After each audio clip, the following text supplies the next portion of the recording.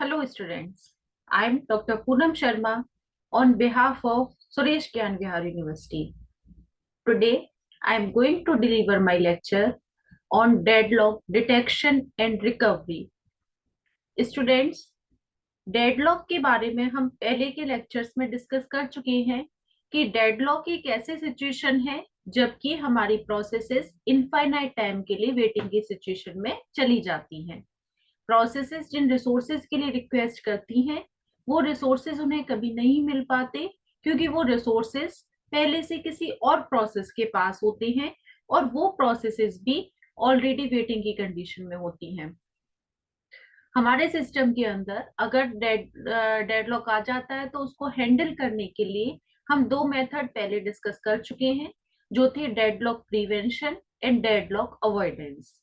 Deadlock prevention के अंदर हमने जो नेसेसरी कंडीशंस थी डेडलॉक की, जो 4 नेसेसरी कंडीशंस थी, उन कंडीशंस को रोकने के लिए कोशिश की थी कि ये कंडीशंस कैसे रोकेंगे। 4 नेसेसरी कंडीशंस थी हमारी: mutual exclusion, hold and wait, no preemption and circular wait. तो ये चारों कंडीशन अगर सिस्टम में आती हैं तो डेडलॉक आ जाता है। हमने क्या कोशिश की कि ये चारों में से अगर हम किसी एक कंडीशन को या एक से ज्यादा कंडीशन को रोक देते हैं तो सिस्टम में डेडलॉक से बचा जा सकता है। तो डेडलॉक प्रिवेंशन के अंदर हमने कोशिश की थी कि ये चारों में से किसी कंडीशन को हम रोक सकें। लेकिन डेडलॉक प्रिवेंशन का जो एक ओवरऑल कह सकते हैं इसमें ड्रॉबैक था वो ये था कि इसमें रिसोर्सेज का यूटिलाइजेशन कम हो रहा था और थ्रूपुट भी कम आ रहा था। तो डेडलॉक प्रिवेंशन उतना सक्सेसफुल नहीं था। इसलिए फिर हमने सेकंड मेथड जो है उसको डिस्कस किया। सेकंड मेथड क्या था? सेकंड मेथड था डेडलॉक अवॉइडेंस।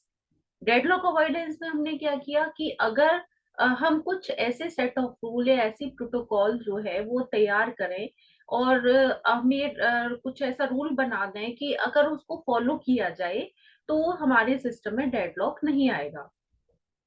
इसके लिए हमने जो रूल बनाया, जो सबसे इजी वे था, वो ये था कि हमारा सिस्टम अगर सेफ सीक्वेंस को फॉलो करे, सेफ स्टेट में रहे, तो डेडलॉक नहीं आएगा। सेफ स्टेट क्या थी? सेफ सीक्वेंस क्या था कि प्रोसेस जब किसी रिसोर्स के लिए रिक्वेस्ट करे और वो रिसोर्स उस समय अवेलेबल हो, अगर अवेलेबल नहीं होता तो प्रोसेस वेट करती है, अगर अवेलेबल है रिसोर्स तो वो रिसोर्स तुरंत उस प्रोसेस को नहीं दिया जाए बल्कि चेक किया जाए कि क्या वो रिसोर्स उस प्रोसेस को देने के बाद में हमारा सिस्टम सेफ रहेगा। कहीं ऐसा तो नहीं देने के बाद में, उसकी रिक्वायरमेंट फुलफिल करने के बाद में सिस्टम में साइकिल बन जाएगा, सर्कुलर वेट की कंडीशन बन जाएगी।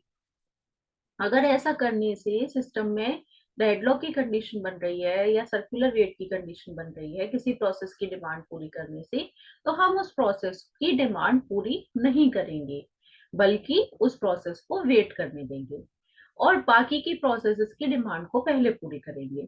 तो इस तरह से हम सीक्वेंस इस तरह से फुलफिल करेंगे, यानी प्रोसेसेस की डिमांड को इस तरह से फुलफिल करेंगे कि मैक्सिमम प्रोसेसेस की नीड फुलफिल हो सके और जो प्रोसेस जिनकी वजह से डेडलॉक आ सकता है उनको हम बाद में लेंगे और तब लेंगे जब वो डेडलॉक में इन्वॉल्व न होंगी। तो इस तरह से हम इस तरह का सीक्वेंस तैयार करेंगे कि सभी प्रोसेसेस की डिमांड भी फुलफिल हो जाए और सिस्टम में डेडलॉक भी ना आए। तो इसके लिए हमने दो टेक्निक्स भी यूज की थी कि जब हमारे सिस्टम में सिंगल इंस्टांसेस हो रिसोर्सेज के तो हम resource allocation graph algorithm use करेंगे और मल्टीपल इंस्टांसेस हो तो हम बैंकर्स एल्गोरिथम यूज करेंगे। ये हम लास्ट लेक्चर्स के अंदर डिस्कस कर चुके थे। लेकिन अब प्रॉब्लम आती है कि हमने डेडलॉक को प्रिवेंट करने की भी कोशिश कर ली, डेडलॉक को अवॉइड करने की भी कोशिश कर ली, या हमने इन दोनों में से कुछ नहीं किया और हमारे सिस्टम में डेडलॉक आ जाता है। दोनों की कोशिश की फिर भी आ गया, या हमने कुछ नहीं किया और फिर आ गया हमारे सिस्टम में डेडलॉक। किसी भी सिचुएशन में डेडलॉक हमारे सिस्टम में आ जाता है। तो अगर डेडलॉक आता है तो अब सबसे पहली चीज होती है कि उसको डिटेक्ट किया जाए कि डेडलॉक कहाँ आया है। क्योंकि क्या होता है, डेडलॉक आने के बाद में जब कुछ प्रोसेसेस जिनकी वजह से डेडलॉक आया है उसमें धीरे धीरे उस साइकिल में और भी प्रोसेसेस इन्वॉल्व होती चली जाती हैं। पहले कुछ 2 या 4 प्रोसेसेस उसमें इन्वॉल्व हुई और धीरे धीरे क्योंकि और प्रोसेसेस को भी वो रिसोर्सेज चाहिएंगे, जिन प्रोसेसेस को पहले स्टार्टिंग में जिनकी वजह से डेडलॉक आया था, तो वो प्रोसेस भी उस साइकिल में इन्वॉल्व हो जाएंगी। फिर और प्रोसेसेस को वो रिसोर्सेज चाहिए, वो भी उसमें इन्वॉल्व हो जाएंगी। तो धीरे धीरे क्या होता है, बहुत सारी प्रोसेस और फिर सिस्टम की सारी प्रोसेस उसमें इन्वॉल्व हो जाती है, और पूरा सिस्टम जो है वो काम करना बंद कर देता है। तो फिर हमें पता नहीं चलता कि डेडलॉक आया कहाँ है, कहाँ कहाँ आया है, कौन कौन सी प्रोसेस उसमें इन्वॉल्व है, हो चुकी है, कितनी रह गई है, अब किस प्रोसेस पे हम काम करें। जब हमें पता ही नहीं होगा, रूट कॉज ही नहीं पता होगा, तो हम काम कहाँ करेंगे, कहाँ से उसको रिकवर करेंगे। तो पहले हमें डिटेक्ट करना पड़ता है कि डेडलॉक कहाँ आया है, कितनी नंबर ऑफ प्रोसेस उसमें इन्वॉल्व हो चुकी हैं, कौन कौन सी प्रोसेस उसमें इन्वॉल्व हो गई है, तब फिर हम उसके ऊपर रिकवरी करेंगे। तो ये लास्ट टॉपिक है हमारे इस चैप्टर का, डेडलॉक को डिटेक्ट करना, और फिर डिटेक्ट करने के बाद में उसको रिकवर करना। तो हमारे सिस्टम में अगर डेडलॉक के प्रिवेंशन और अवॉइडेंस नहीं चल रहा है, तो हम डेडलॉक को डिटेक्ट कर रहे हैं। तो if a system does not imply either a deadlock prevention or a deadlock avoidance algorithm, then a deadlock situation may occur. In this environment the system must know, अगर हमारे सिस्टम में अब deadlock आ गया है, डेडलॉक प्रिवेंशन और deadlock avoidance नहीं चला है, तो अब क्या करेंगे, हमारे पास में एक एल्गोरिथम होनी चाहिए, an algorithm that examine the state of the system to determine where the deadlock has occurred and an algorithm to recover from the deadlock. यानी हमारे पास में अब दो एल्गोरिथम चलेंगी। पहली एल्गोरिथम जो डेडलॉक को डिटेक्ट करे कि डेडलॉक कहाँ आया है, और दूसरी एल्गोरिथम जो उस डेडलॉक से रिकवर करे। लेकिन ये कहने में जितना आसान है कि डेडलॉक को हम डिटेक्ट कर लेंगे, डेडलॉक से रिकवर कर लेंगे, उतना आसान होता नहीं है। ये एक्स्ट्रा ओवरहेड ही होता है हमारे सिस्टम के ऊपर। इसमें रन टाइम कॉस्ट भी आती है, मेंटेनेंस कॉस्ट भी आती है इसके अंदर, क्योंकि डेडलॉक आ गया, फिर आप उसमें एल्गोरिथम चलाएं, चेक करें कहाँ आया है, इसमें अलग से ही आपके ऊपर बर्डन हो रहा है इस सिस्टम के ऊपर। तो कोशिश पहले हमें यही करनी चाहिए कि हम डेडलॉक से प्रिवेंट हो जाए या उसको अवॉइड कर दें। तो कहा जाता है कि deadlock detection and recovery scheme require overhead that include not only the runtime cost of maintaining the necessary information in executing the detection algorithm, but also the potential losses inherent recovery from the deadlock. अब ये potential losses क्या होते हैं run time पे, पहली चीज तो run time पे आपको नेसेसरी इंफॉर्मेशन रखनी पड़ रही है, दूसरा आपको लॉसेस भी हो रहे हैं रिकवरी में। तो क्या लॉसेस हो रही है, जब हम रिकवरी पढ़ेंगे तो उसके साथ में हम पढ़ेंगे कि हमें क्या लॉसेस हो रहे हैं रिकवरी करने में। तो पहले हम आ जाते हैं डेडलॉक को डिटेक्ट करने के लिए कि डेडलॉक को डिटेक्ट कैसे करेंगे। अब जैसे हमने डेडलॉक को अवॉइड किया था, तब हमने पढ़ा था कि हमारे पास में दो ऑप्शन होते हैं, एक कि हर रिसोर्स टाइप का सिंगल इंस्टांस हो, और दूसरा रिसोर्सेज के मल्टीपल इंस्टांसेस अवेलेबल हो आपके सिस्टम में। सिंगल इंस्टांस और मल्टीपल इंस्टांसेस में आपको पहले भी बता चुकी हूँ। सिंगल इंस्टांस का मतलब क्या होता है, हर रिसोर्स का एक ही टाइप का एक ही रिसोर्स हो, जैसे एक ही सीपीयू है, एक ही मॉनिटर है, एक ही कीबोर्ड है, एक ही प्रिंटर है, आपके पास में एक ही टाइप का एक एक रिसोर्स है। मल्टीपल इंस्टांसेस का मतलब क्या होता है, जैसे एक प्रिंटर है लेकिन आपके पास चार प्रिंटर है, तो रिसोर्स टाइप क्या है, प्रिंटर। और कितने इंस्टांसेस हैं उसकी, आइडेंटिकल एक जैसे कितनी चीजें हैं उसकी, चार। तो उसके इंस्टांसेस, प्रिंटर के इंस्टांसेस कितने हो गए, फोर। तो ये क्या है, मल्टीपल इंस्टांसेस, इस तरह से काउंट करते हैं।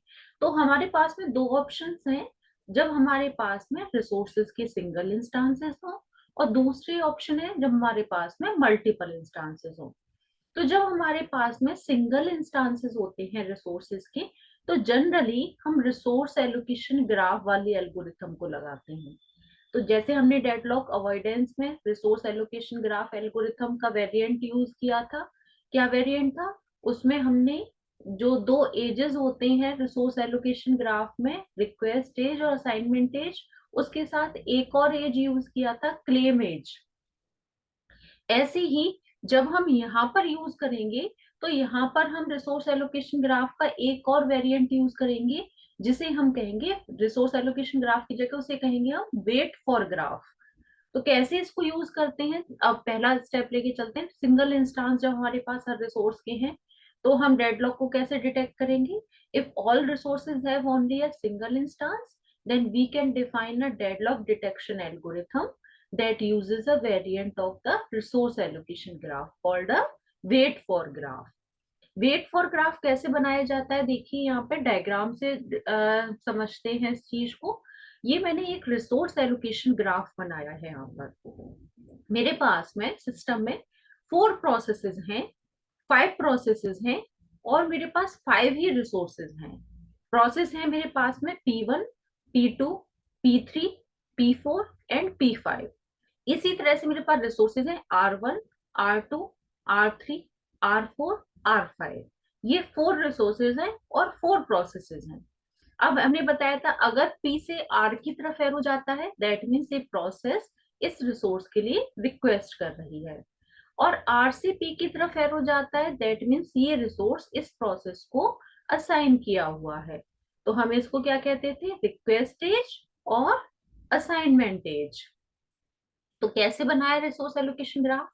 प्रोसेस P1 रिसोर्स R1 के लिए रिक्वेस्ट कर रही है, और R2 रिसोर्स P1 प्रोसेस को दिया हुआ है। P1 प्रोसेस को R2 रिसोर्स दिया हुआ है, R1 के लिए रिक्वेस्ट कर रही है। R1 रिसोर्स P2 के पास में है, और P2 R3 के लिए रिक्वेस्ट कर रही है। ये R3 रिसोर्स P5 प्रोसेस को दिया हुआ है।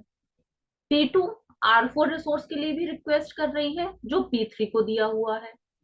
P3 R5 के लिए रिक्वेस्ट कर रही है, जो P4 को दिया हुआ है। P4 R2 के लिए रिक्वेस्ट कर रही है, जो P1 को दिया हुआ है। और P2 प्रोसेस R5 के लिए भी रिक्वेस्ट कर रही है। तो इस तरह से हमने ये रिसोर्स एलोकेशन ग्राफ बनाया है, जिसमें शो हो रहा है कौन सी प्रोसेस किन किन रिसोर्सेज के लिए रिक्वेस्ट कर रही है। अब इस सिस्टम के अंदर हमें क्या करना है, अभी पता लगाना है कि कौन कौन सी प्रोसेसेस हैं जो डेडलॉक में इन्वॉल्व हैं। डेडलॉक तो आ रहा है सिस्टम में, ठीक है। अब इस सिस्टम में डेडलॉक आ रहा है, तो कौन कौन सी प्रोसेसेस डेडलॉक में इन्वॉल्व है। तो हम क्या करते हैं इसमें, ये पता लगाने के लिए डिटेक्शन एल्गोरिथम जो चलाते हैं, हम इसमें एक तरह से एक चीज माने, हमारी P1 प्रोसेस R1 रिसोर्स के लिए रिक्वेस्ट कर रही है, जो किसके पास में है? P2 के पास में है। तो इनडायरेक्टली P1 प्रोसेस P2 से रिक्वेस्ट कर रही है कि वो R1 रिसोर्स को फ्री कर दे। तो हम इस R1 को हटा दें और डायरेक्टली P1 से P2 की तरफ एरो बना सकते हैं। ऐसे ही P2 प्रोसेस R3 रिसोर्स के लिए रिक्वेस्ट कर रही है, जो P5 के पास में है। यानी इनडायरेक्टली P5 से ही तो रिक्वेस्ट कर रही है कि वो R3 को फ्री कर दे। या P2 प्रोसेस इसमें R4 के लिए रिक्वेस्ट कर रही है, जो P3 के पास में, यानी ये P3 से रिक्वेस्ट कर रही है कि वो R4 को फ्री कर दे। तो हम इसको ऐसे भी बना सकते हैं कि P1 प्रोसेस किससे रिक्वेस्ट कर रही है? P2 से रिक्वेस्ट कर रही है कि वो R1 को फ्री कर दे, तो P1 से P2 की तरफ एरो बना दें। P2 प्रोसेस P3 से रिक्वेस्ट कर रही है कि वो R4 को फ्री कर दे, तो P2 से P3 की तरफ एरो बना दें। P2 प्रोसेस P5 से रिक्वेस्ट कर रही है कि वो R3 को फ्री कर दे, तो P2 से P5 के लिए एरो बना दें। इसी तरह से P3 प्रोसेस R5 रिसोर्स के लिए रिक्वेस्ट कर रही है P4 से, तो P3 से P4 के लिए एरो बना दें। P2 प्रोसेस R5 के लिए रिक्वेस्ट कर रही है P4 से, तो यहां से इसके लिए भी एरो बना दें। P4 प्रोसेस R2 रिसोर्स चाहिए, यानी ये P1 से रिक्वेस्ट कर रही है R2 के लिए, तो P4 से P1 को एरो बना दें। अब इसमें सिर्फ प्रोसेसेस रह गई, रिसोर्सेज हमने हटा दिए। यानी कौन सी प्रोसेस किस प्रोसेस से रिक्वेस्ट कर रही है रिसोर्स के लिए। इस तरह से जब हम ग्राफ बनाते हैं जिसमें सिर्फ प्रोसेसेस हैं, तो इसको हम बोलते हैं वेट फॉर ग्राफ। ये वेट फॉर ग्राफ जो होता है, ये हेल्प करता है डेडलॉक डिटेक्शन के लिए। ये डेडलॉक डिटेक्शन में अब देखिए, अब यहाँ पर कहाँ कहाँ मैंने कहा साइकिल जहां बनता है ना, वहां पर ये बताता है कि यहाँ पर डेडलॉक है। अब देखिए यहाँ पर 2 जगह साइकिल बन रहा है, यहाँ पर साइकिल बन रहा है, यहाँ पर साइकिल बन रहा है। तो ये 2 जगह जो साइकिल बन रहा है, ये क्या बता रहा है? यहाँ पर डेडलॉक आ रहा है। और कौन कौन सी प्रोसेस उसमें इन्वॉल्व हो रही है? P1, P2, P3, P4। ये 4 प्रोसेसेस इस डेडलॉक में इन्वॉल्व हो रही हैं। तो इस तरह से वेट फॉर ग्राफ बना के हम उसके थ्रू पता लगा सकते हैं कि डेडलॉक कहाँ आ रहा है और कौन कौन सी प्रोसेसेस इस डेडलॉक में इन्वॉल्व हो रही हैं। तो इसमें इस चीज को एक बार वापस से समझ लेते हैं। An edge from P I to PJ in a wait for graph implies that process P I is waiting for process PJ to release a resource that P I needs. अब कोई भी प्रोसेस, जैसे हमने P1 P2 नाम दिए थे, उसको हम पी आई या पीजे से रिप्रेजेंट कर सकते हैं। पी आई कोई भी नंबर हो सकता है, पीजे कोई भी नंबर हो सकता है। तो कोई भी एज जो पीआई से पीजे की तरफ जा रहा है वेट फॉर ग्राफ में, वो ये बता रहा है कि प्रोसेस पीआई वेट कर रही है प्रोसेस पीजे से कि वो रिसोर्स को रिलीज कर दे जो कि पीआई को रिक्वायरमेंट है। और जो एज पीआई से पीजे की तरफ जा रहा है वेट फॉर ग्राफ में, उसमें वो क्या बता रहा है, an edge PI to PJ exist in a wait for graph if and only if the corresponding resource allocation graph containing two ages pi to rq and rq to pj। ये as कब बन रहा है, दो edges से मिलकर बन रहा है। पीआई प्रोसेस के पास आर क्यू के लिए रिक्वेस्ट कर रही है और आर क्यू पीजे के पास में, तो इसको हमने एक सिंगल एरो बना दिया है कि पीआई टू पीजे। इस तरह से हमने इसको बनाया, आर क्यू को हटा दिया है। तो a deadlock exists in the system if and only if the wait for graph contain a cycle। जो हमने अभी देखा कि हमारे सिस्टम में ये साइकिल जब अगर बन रहा है दैट मीन्स डेडलॉक अवेलेबल है, और यही बता रहा है कि कौन कौन सी प्रोसेसेस हमारी डेडलॉक के अंदर इन्वॉल्व हैं। तो इस तरह से हम ये ग्राफ बना के हम पता लगा सकते हैं कि डेडलॉक आ रहा है या नहीं आ रहा है और कौन कौन सी प्रोसेसेस की वजह से आ रहा है। तो ये, लेकिन ये वाली जो टेक्निक है ये लेकिन तभी यूज होगी जब हम इसमें सिंगल इंस्टांसेस हो रिसोर्सेज के। क्योंकि जब मल्टीपल इंस्टांसेस होते हैं तो साइकिल अगर बन भी जाता है तो वो सफिशिएंट कंडीशन नहीं होती है डेडलॉक की। तो इसलिए ये वाली जो सिचुएशन है ये तभी काम करेगी जब आपके पास में हर रिसोर्सेज के सिंगल इंस्टांसेस हों। अब अगर मल्टीपल इंस्टांसेस हैं आपके पास में, रिसोर्सेज के सेवरल इंस्टांसेस हैं, तो हम क्या करेंगे, तो फिर जैसे हमने बैंकर्स एल्गोरिथम में मैट्रिक्स बनाई थी वैसे ही हम यहाँ पर भी मैट्रिक्स बनाएंगे। और मैट्रिक्स बना के जो डेटा स्ट्रक्चर्स हमने निकाले थे, अवेलेबल, एलोकेशन, नीड, वो डेटा स्ट्रक्चर फाइंड आउट करेंगे और उन मैट्रिक्स के बेसिस पर हम इसमें पता लगाएंगे कि डेडलॉक कहाँ कहाँ आ रहा है। तो wait for graph scheme is not applicable to a resource allocation system with multiple instances of each resource type. So now we describe a deadlock detection algorithm that is applicable for such systems. It uses several time varying data structure that are similar to Banker's algorithm। जो मैंने आपको भी बताया कौन कौन से data structures use करते हैं हम। पहला था अवेलेबल, मैंने आपको बताया था मैट्रिक्स कौन सी बनती है, n मल्टीप्लाई m मैट्रिक्स बनती है। m क्या बताएगा, m से हम अपने रिसोर्सेस को डिनोट कर रहे हैं और n से हम प्रोसेसेस को डिनोट कर रहे हैं। तो जितने m होंगे, m क्या डिनोट करेगा, अवेलेबल रिसोर्सेज को। तो पूरी वेक्टर लेंथ m इंडिकेट करेगी number of available resources of each type. फिर आता है एलोकेशन। एलोकेशन क्या बताएगा, कौन सा रिसोर्स किस प्रोसेस को दिया हुआ है। तो इसमें दोनों का कॉम्बिनेशन होगा, प्रोसेस का भी और रिसोर्स का भी। तो n multiply m matrix define the number of resources of each type currently allocated to each process.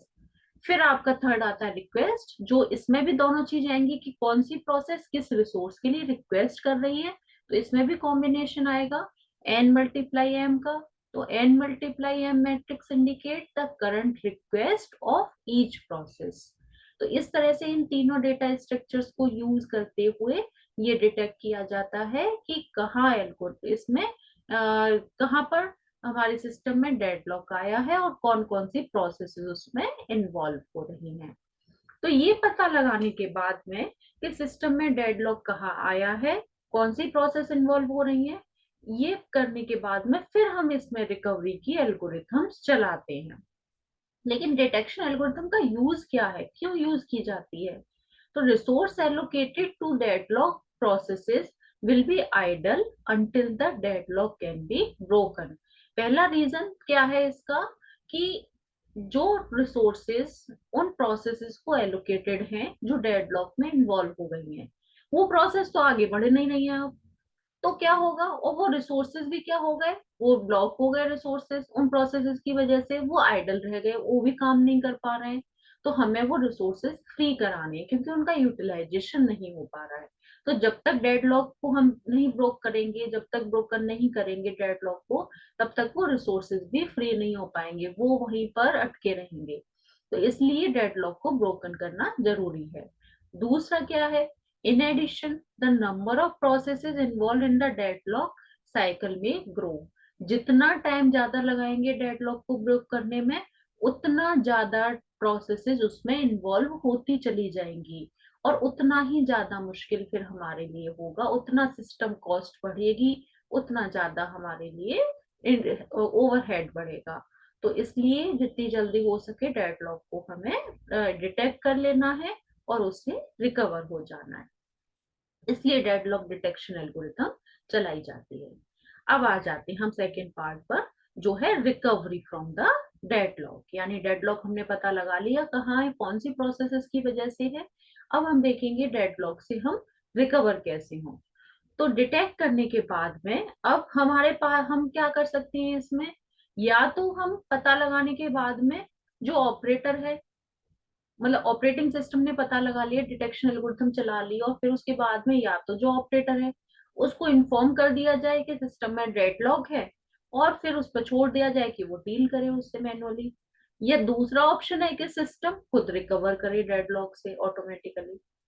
तो इसमें क्या हो सकता है, अगर सिस्टम उसको रिकवर कर रहा है तो क्या कर सकते हैं, इसमें क्या ऑप्शन हो सकते हैं वो हम डिस्कस करेंगे। तो when a detection algorithm determine that a deadlock exist, then one possibility is to inform the operator that a deadlock has occurred and let the operator deal with the deadlock manually। पहला तरीका, operator पे छोड़ दो, उसे inform कर दो कि deadlock आ गया है, अब वो मैनुअली उससे डील करे। दूसरा तरीका, another possibility is to let the system recover from the deadlock automatically. तो हम तो ऑपरेटिंग सिस्टम डिजाइनिंग की बात कर रहे हैं, तो हम तो दूसरे तरीके की बात करते हैं कि सिस्टम अगर मेंटेन करता है तो कैसे उसको ऑटोमेटिकली रिकवर करेगा।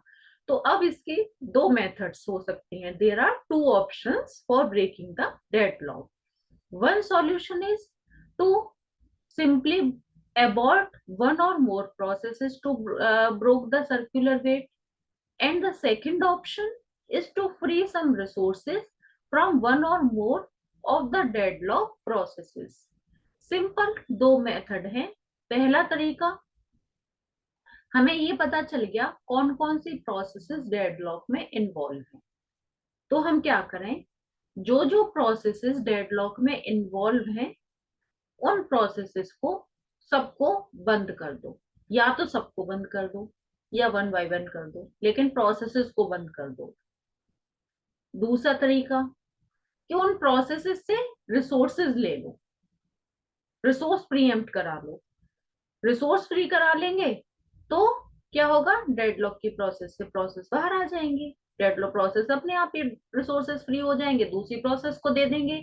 फोर्सफुली फ्री करा लेंगे और दूसरी प्रोसेस को दे देंगे, धीरे धीरे करके प्रोसेसेस का काम होना शुरू हो जाएगा और वो फिर डेडलॉक की सिचुएशन से बाहर आ जाएगी। तो हम दो मेथड्स यूज कर सकते हैं, या तो प्रोसेस बंद कर देंगे तो वैसे ही डेडलॉक से बाहर आ जाएंगे, और दूसरा तरीका कि प्रोसेस को बंद मत करो, बल्कि कुछ प्रोसेसेस से फोर्सफुली रिसोर्स ले लो और दूसरी प्रोसेस को दे दो, जिससे दूसरी प्रोसेस का काम हो जाए, और फिर उसके बाद वो अपने आप ही फ्री कर दें रिसोर्सेज, अपने भी रिसोर्सेज फ्री कर दें और पहले वाले भी कर दें, और टर्मिनेट हो जाएं। और फिर वो सारे रिसोर्सेज दूसरी प्रोसेस को दे दो, वो प्रोसेस उनको यूज करें और वो भी टर्मिनेट हो जाए। तो ऐसे करके बाकी प्रोसेस जो बची हुई हैं वो कंप्लीट हो जाए। तो हम एक एक करके इसको पढ़ लेते हैं। पहला मेथड, प्रोसेस टर्मिनेशन। अगर हम फर्स्ट पार्ट पे जाते हैं कि प्रोसेसेस को बंद करना है, तो to eliminate deadlock by aborting a process we use one of the two method. यहाँ भी अब इसको हम दो पार्ट में डिवाइड कर रहे हैं। पहला तरीका तो क्या है, प्रोसेसेस को अगर आप बंद करना सिलेक्ट करते हैं तो प्रोसेसेस में हम क्या कर सकते हैं कि हम सारी प्रोसेसेस को एक साथ बंद कर दें। और दूसरा तरीका क्या हो सकता है कि हम प्रोसेसेस को एक एक करके बंद करें। तो अगर हम about all the deadlock processes ये वाला पहला तरीका सिलेक्ट करते हैं तो क्या होगा, this method will break the deadlock cycle but a great expense.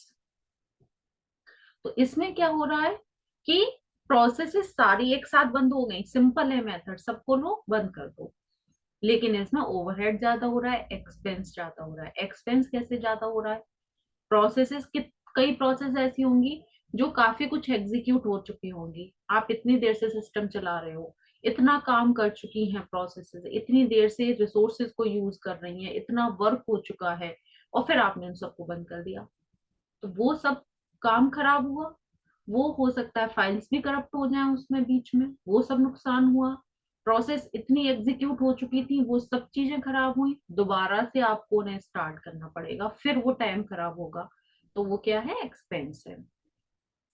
दूसरा मेथड है फिर about one process at a time until the deadlock cycle is eliminate.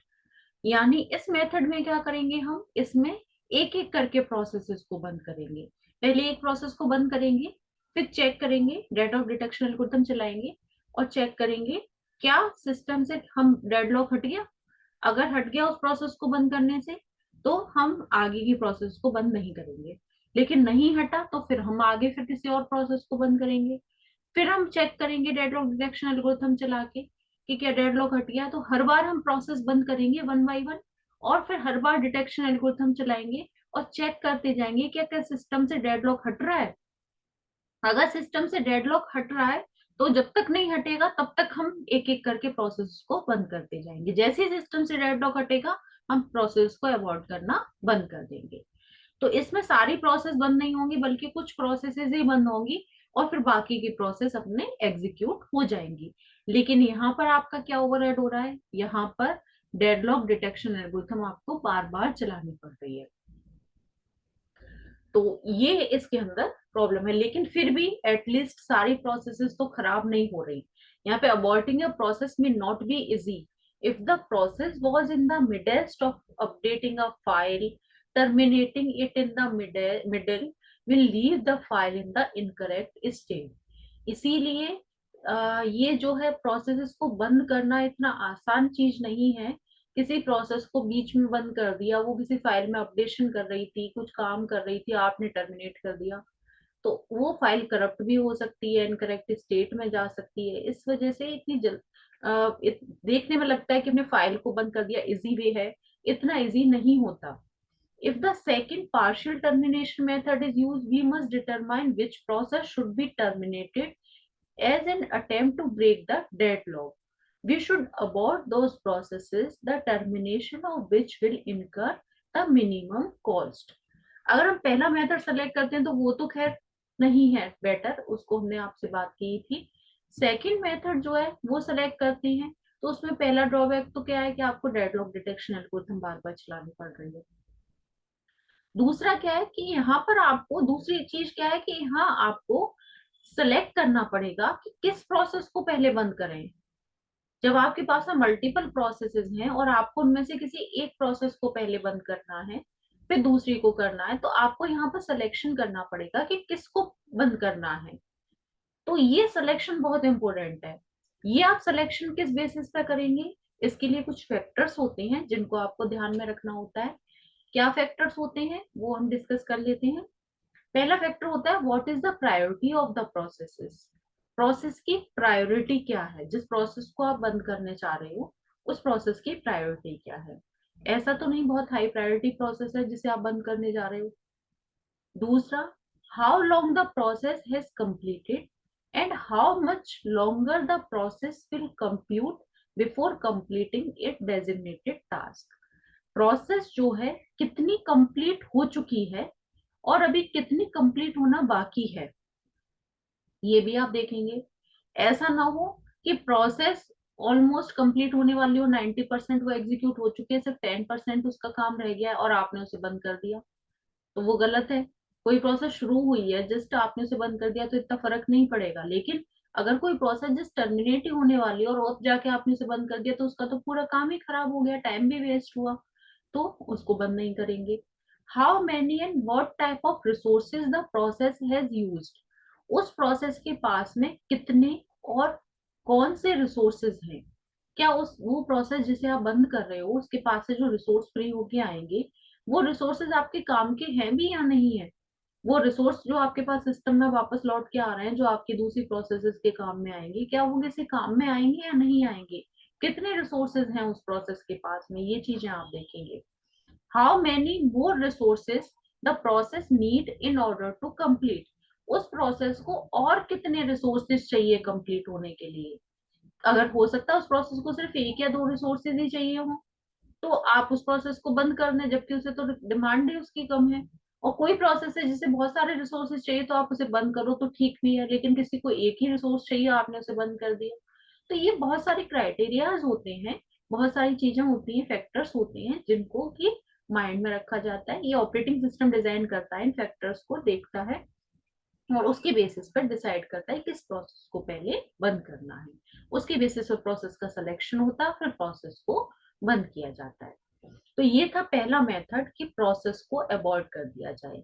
या तो सारी प्रोसेस एक साथ कर दी जाए फिर तो अलग ही बात है, लेकिन अगर एक एक करके कर रहे हैं तो आपको यहाँ पे सिलेक्शन करना होगा इन फैक्टर्स के बेसिस पर। दूसरा आता है, दूसरा मेथड है रिसोर्स प्रीएम्पशन। अगर हम प्रोसेसेस को बंद ना करें बल्कि क्या करें, प्रोसेसेस से कुछ प्रोसेसेस से, सबसे नहीं कुछ प्रोसेसेस से फोर्सफुली उनके रिसोर्सेज फ्री करा लें, रिसोर्स फ्री करा लेंगे और वो रिसोर्सेज दूसरी प्रोसेस को दे देंगे। ये प्रॉब्लम ही रिसोर्सेज के लिए हो रही है डेडलॉक की। तो हम क्या करें, कुछ प्रोसेसेस जिन्होंने रिसोर्सेज को होल्ड किया हुआ उनसे फोर्सफुली रिसोर्स फ्री करा लें और वो रिसोर्सेज दूसरी प्रोसेसेस को दे दें। वो प्रोसेस उन रिसोर्सेज को यूज करके अपना काम कर लेंगी और वो टर्मिनेट हो जाएंगी।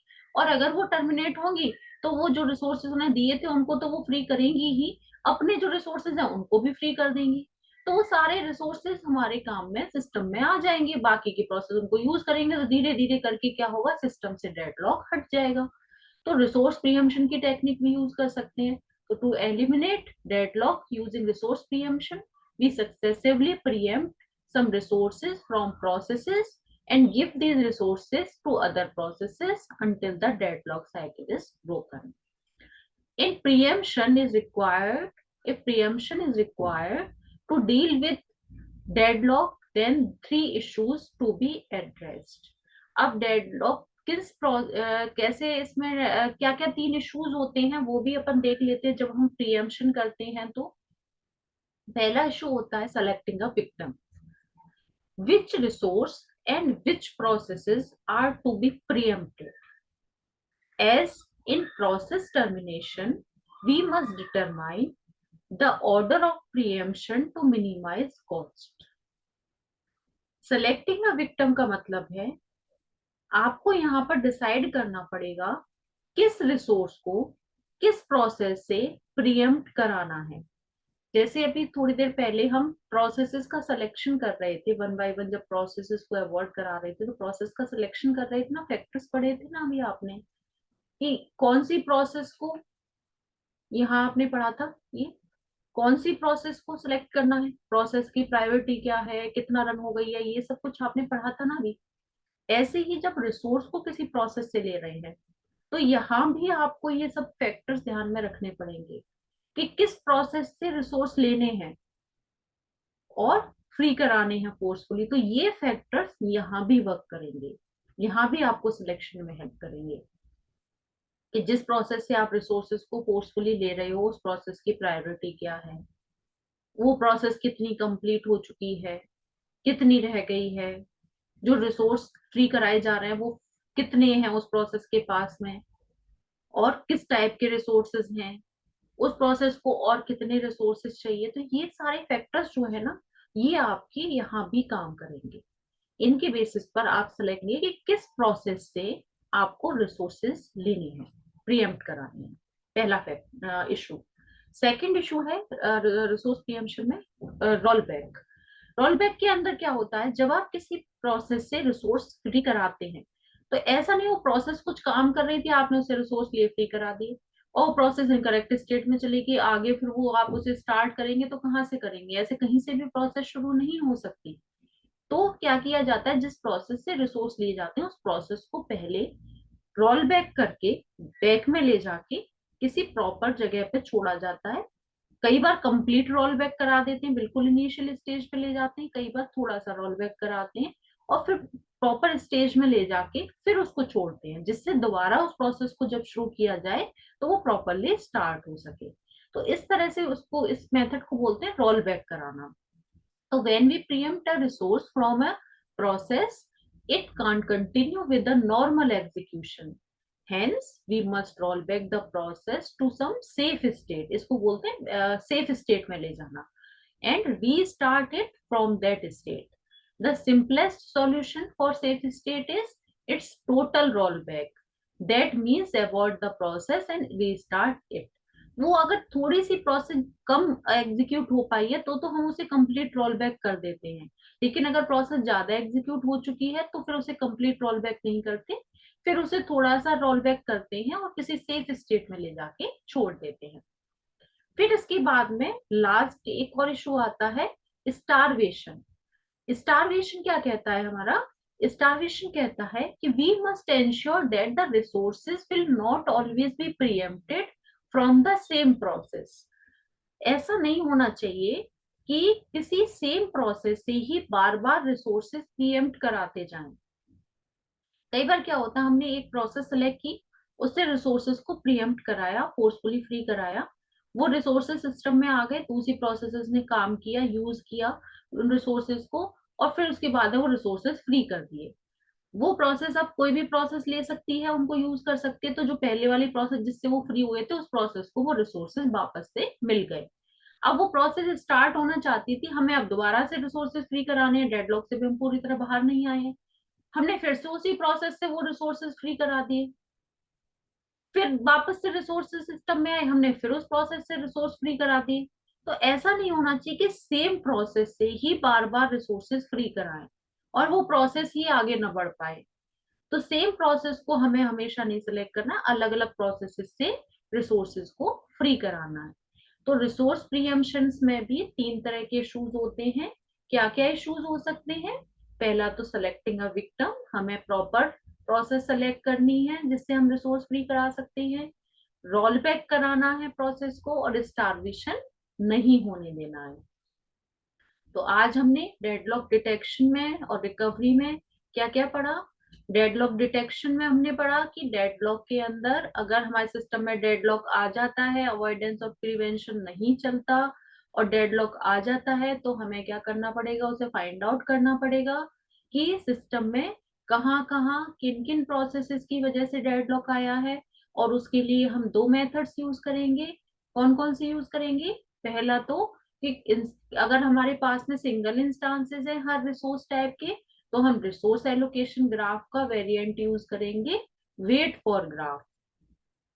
और अगर जिसमें वेट फॉर ग्राफ में क्या किया था कि रिसोर्सेज हटा दिए थे, सिर्फ प्रोसेस प्रोसेस रखी थी, कौन सी प्रोसेस किस प्रोसेस से रिक्वेस्ट कर रही है कि वो अपना रिसोर्स फ्री कर दे, तो इसमें से प्रोसेसेस रह गई थी। और इसमें हम देखते थे कि अगर साइकिल बन रहा है दैट मीन्स डेडलॉक आ रहा है और वो प्रोसेसेस उसमें इन्वॉल्व है।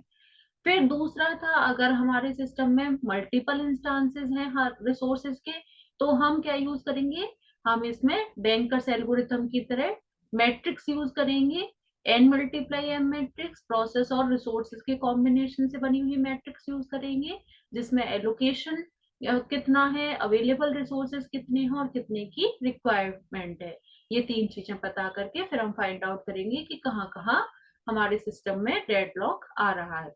तो पहला तरीका था डिटेक्ट करने का, डिटेक्ट करने के बाद में फिर हम क्या करते हैं, डेडलॉक से रिकवरी करते हैं। और रिकवरी करने के लिए भी हमारे पास में दो मेथड्स हैं।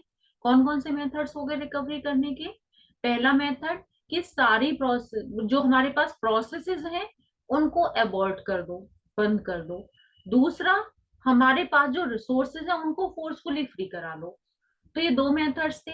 पहला मेथड जिसमें प्रोसेसेस को बंद किया जा रहा था, अवॉइड किया जा रहा था, उसमें भी दो मेथड थे, या तो सारी प्रोसेस जो जो डेडलॉक में इन्वॉल्व थी उन सारी प्रोसेसेस को अवॉइड कर दो, तो वो इजी था मेथड, लेकिन उसमें कॉस्ट ज्यादा आ रही थी, उसमें ओवरहेड ज्यादा था, सिस्टम के ऊपर नुकसान ज्यादा था। तो क्या किया गया कि सिंगल सिंगल प्रोसेस को आप इसमें अवॉइड करते जाएं और हर बार डिटेक्शन एल्गोरिथम चला के चेक करते जाएं कि क्या सिस्टम से डेडलॉक हट गया। लेकिन इसमें प्रॉपर प्रोसेस का सिलेक्शन जरूरी है कि किस प्रोसेस को आपको अवॉइड करना है। फिर दूसरा मेथड है हमारे पास में रिसोर्स प्रीएम्पशन, जिसमें आप क्या कर रहे हैं, प्रोसेस से आप रिसोर्स को फोर्सफुली ले रहे हैं, और फोर्सफुली लेके उस वो प्रोसेस रुक जाएगी, वेटिंग में चली जाएगी, लेकिन वो रिसोर्सेज दूसरी प्रोसेस को दे देंगे, तो वो प्रोसेस अपना काम करेंगी और धीरे धीरे हम सिस्टम को डेडलॉक से बाहर लेके आ जाएंगे। लेकिन यहाँ भी सिलेक्शन प्रॉपर होना चाहिए कि किस प्रोसेस से रिसोर्स को लेना है। एक या एक से ज्यादा प्रोसेस से रिसोर्सेज को फ्री कराया जाएगा और धीरे धीरे सिस्टम को डेडलॉक से बाहर निकाला जाएगा। तो ये हमने आज दो मेथड्स पढ़े, डेडलॉक डिटेक्शन का और डेडलॉक रिकवरी का। इसके साथ ही चैप्टर कंप्लीट होता है। डेडलॉक के चैप्टर में हमने ये डेडलॉक प्रिवेंशन, रिसोर्स, सबसे पहले डेडलॉक पढ़ा, डेडलॉक के अंदर सिस्टम मॉडल के बारे में अपन ने डिस्कस कर लिया, रिसोर्स एलोकेशन ग्राफ की बात की, नेसेसरी कंडीशंस पढ़ी, प्रिवेंशन पढ़ा, डेडलॉक अवॉइडेंस की बात की, डेडलॉक को डिटेक्ट किया, रिकवर किया। इस तरह से डेडलॉक के बारे में ऑलमोस्ट हमने सारे टॉपिक्स इसमें कवर कर लिए। Okay, thank you.